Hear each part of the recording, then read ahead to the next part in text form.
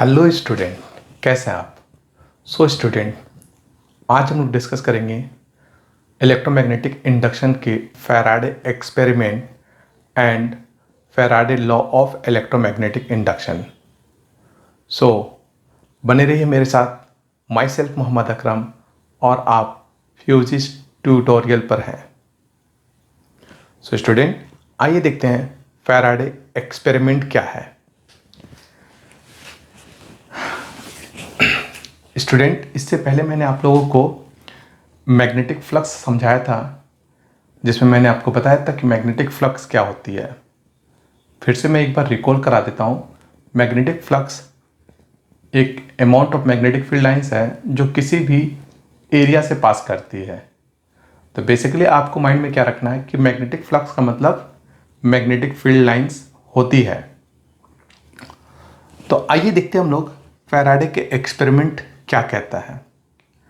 Faraday कहता है कि अगर आप किसी बार मैग्नेट और किसी कॉइल को रिलेटिव मोशन में रखते हैं तो उस रिलेटिव मोशन के कारण कॉइल में अपने आप एक करंट इंड्यूस्ड हो जाती है। इसके लिए उन्होंने एक्सपेरिमेंट किया।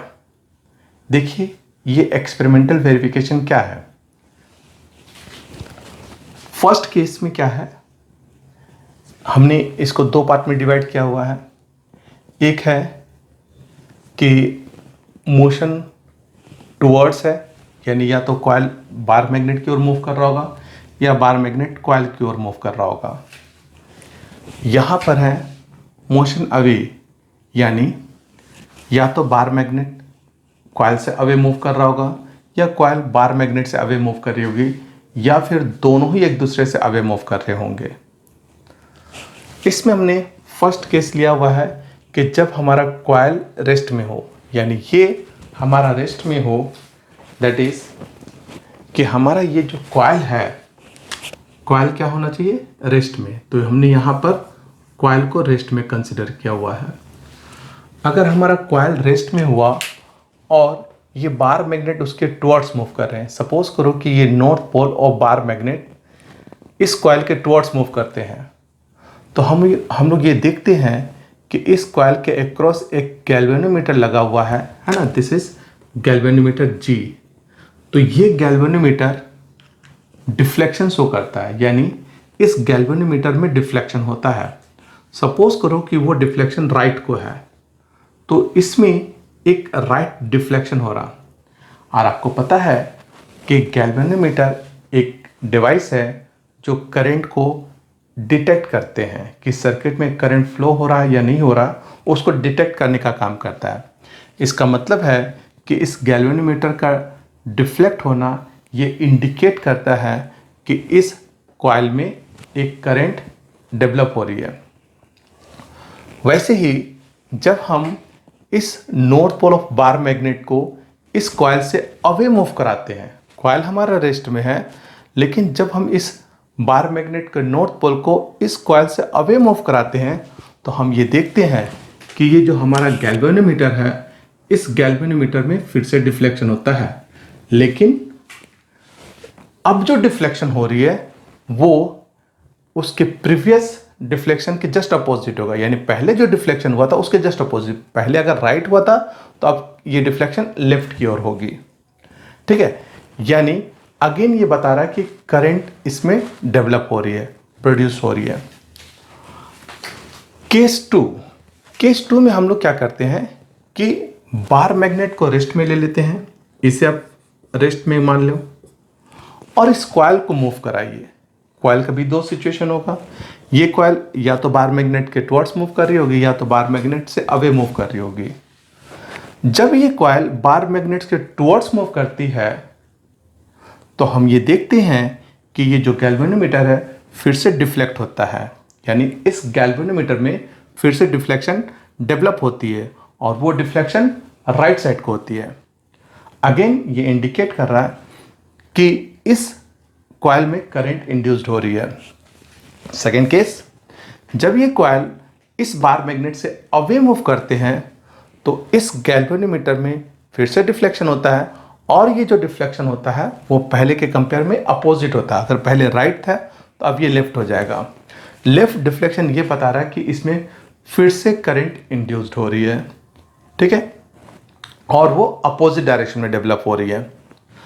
और थर्ड केस हम लोग ले लेते हैं कि जब ये दोनों ही मोशन में होते हैं, दोनों या तो एक दूसरे के टुवर्ड्स मूव कर रहे होंगे या तो एक दूसरे से अवे मूव कर रहे होंगे। जब ये एक दूसरे से टुवर्ड्स मूव करते हैं तो ये देखा जाता है कि इस गैल्वेनोमीटर में फिर से डिफ्लेक्शन होती है और वो डिफ्लेक्शन राइट को है। और जब ये अभी जाते हैं तो फिर से गैल्वेनोमीटर में डिफ्लेक्शन होती है और ये डिफ्लेक्शन पहले के कंपेयर में अपोजिट यानी लेफ्ट डायरेक्शन में होती है। तो इसका मतलब है कि यहां पर भी करंट के इंड्यूस्ड होने की इंडिकेशन मिल रही है जो पहले के कंपेयर में अपोजिट डायरेक्शन में होती है। तो इस पूरे एक्सपेरिमेंट में हम लोग क्या देख रहे हैं कि जब मैग्नेट और कॉइल के बीच में एक रिलेटिव मोशन रखते हैं, मेंटेन करते हैं, तो गैल्वेनोमीटर में डिफ्लेक्शन डेवलप होता है जो ये इंडिकेट करता है कि कॉइल में करंट फ्लो हो रही है। ओके, अब ये देखते हैं कि जब रिलेटिव मोशन मेंटेन किया जाता है तो इस कॉइल में क्या चेंजिंग होती है। तो स्टूडेंट देखिए ध्यान से, अगर आप इस डायग्राम को देखोगे तो आपको समझ में आएगा कि जब मोशन कॉइल और मैग्नेट के टुवर्ड्स होती है तो ऐसे सिचुएशन में जो मैग्नेटिक फील्ड लाइंस है जिसको आप मैग्नेटिक फ्लक्स भी कहते हैं, वो मैग्नेटिक फ्लक्स इस कॉइल में इंक्रीज हो रही है। देखिए इंक्रीज और इंक्रीज। लेकिन जब कॉइल और मैग्नेट एक दूसरे से अवे होते चले जा रहे हैं तो मैग्नेटिक फील्ड लाइंस की वैल्यू डिक्रीज हो रही है। इसका मतलब है कि जब इसमें मैग्नेटिक फील्ड लाइंस या मैग्नेटिक फ्लक्स इंक्रीज होते हैं तो करंट डेवलप होता है, और जब मैग्नेटिक फ्लक्स डिक्रीज होते हैं तब करंट इंड्यूस्ड होता है।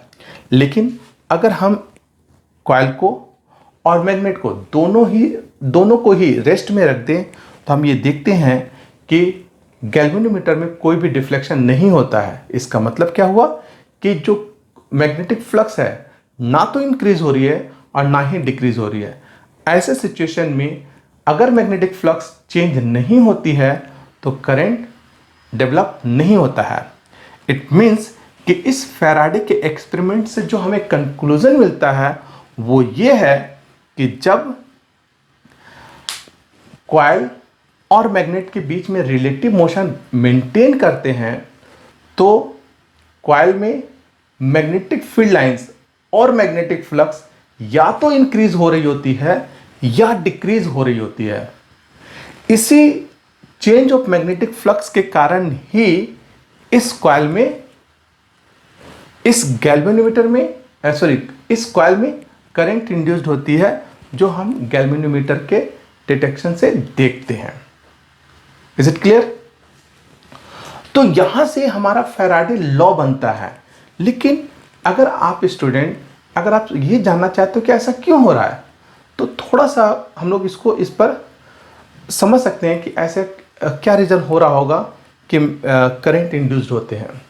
तो देखिए बहुत सिंपल है समझना। देखो स्टूडेंट, होता क्या है कि जब कॉइल और मैग्नेटिक फ्लक्स में एक रिलेटिव मोशन मेंटेन रखते हैं तो उस रिलेटिव मोशन के कारण इस कॉइल के अंदर जो फ्री इलेक्ट्रॉन्स होते हैं उन इलेक्ट्रॉन पर या उन इलेक्ट्रॉन की ड्रिफ्टिंग होती है। वो इलेक्ट्रॉन मोशन में आते हैं और उसी इलेक्ट्रॉन के ड्रिफ्ट के कारण ही करंट इंड्यूस्ड होती है। जब कॉइल में मैग्नेटिक फ्लक्स इंक्रीज हो रहा होता है तो उस इलेक्ट्रॉन पर एक टाइप का फोर्स अप्लाई होता है, मैग्नेटिक फोर्स अप्लाई होते हैं, और वही मैग्नेटिक फोर्स इलेक्ट्रॉन को ड्रिफ्ट कराते हैं। ये वैसा ही कॉन्सेप्ट है जैसे कि हम किसी स्प्रिंग पर फोर्स लगाते हैं तो स्प्रिंग कंप्रेस होता है। वैसे ही जब आप मैग्नेटिक फील्ड लाइंस उस कॉइल से पास करती है तो वो एक तरह का फोर्स अप्लाई करती है इलेक्ट्रॉन के ऊपर जिसके कारण इलेक्ट्रॉन ड्रिफ्ट होते हैं, उसके कारण करंट डेवलप होती है। फिर बोलोगे सर कि ठीक है ये तो चलो कि मैग्नेटिक फील्ड लाइंस उसको ड्रिफ्ट करा रही है। इस सिचुएशन में क्या हो रहा है, इस सिचुएशन में ऐसा क्या हो रहा है कि करंट फिर से इसमें डेवलप हो रही है। तो देखिए ये बहुत सिंपल है समझना। मैंने एग्जांपल ही इसका स्प्रिंग के थ्रू लिया था कि जब आप स्प्रिंग पर फोर्स अप्लाई करते हो तो इलेक्ट्रॉन ड्रिफ्ट होते हैं, सॉरी स्प्रिंग कंप्रेस होती है। लेकिन जब आप उस स्प्रिंग से फोर्स रिलीज करोगे तो वही स्प्रिंग अपने बैक टू इनिशियल पोजीशन में आती है ड्यू टू रिस्टोरिंग फोर्स। वैसा ही कॉन्सेप्ट इलेक्ट्रॉन के साथ भी होता होगा कि जब आप मैग्नेटिक फील्ड लाइंस उससे बाहर की ओर निकलती है तो वो जो इलेक्ट्रॉन जो ड्रिफ्ट हुए हैं वो वापस अपने इनिशियल पोजीशन में आते हैं। तो इसका मतलब है कि फर्दर इलेक्ट्रॉन की मूवमेंट बनती है और उस मूवमेंट के कारण आप कह सकते हो कि फिर से उसमें करंट डेवलप हो जाती है। इसका मतलब है कि चाहे मैग्नेटिक फ्लक्स इंक्रीज हो तब इलेक्ट्रॉन की ड्रिफ्ट होती है और चाहे मैग्नेटिक फ्लक्स डिक्रीज हो तब भी इलेक्ट्रॉन की ड्रिफ्ट होती है। तो इस इलेक्ट्रॉन के ड्रिफ्टिंग के कारण ही कॉइल में करंट डेवलप होता है, जो हमें फैराडे के कॉन्सेप्ट एक्सपेरिमेंट से पता चलता है। अब इसी के बेस पर इन्होंने अपना लॉ बनाया जिसे हम Faraday law of electromagnetic induction कहते हैं। तो आइए अब हम देखते हैं कि फैराडे ने अपना कौन कौन सा लॉ दिया है। तो आइए देखते हैं next topic, Faraday law of electromagnetic induction. So student, आइए देखते हैं Faraday law of electromagnetic induction. देखिए स्टूडेंट, फैराडे ने क्या कहा, इनका फर्स्ट लॉ कहता है कि whenever the magnetic flux linked with the coil changes, then the current is induced in the circuit or EMF is induced in the circuit.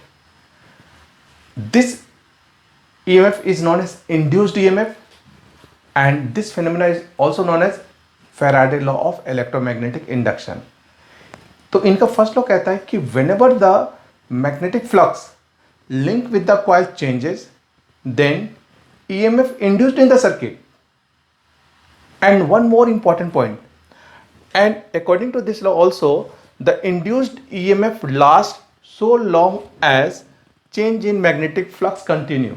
It means कि जब तक मैग्नेटिक फ्लक्स चेंज होता रहेगा EMF induced होती रहेगी, और अगर flux change होना बंद हो जाए तो EMF विल बी जीरो।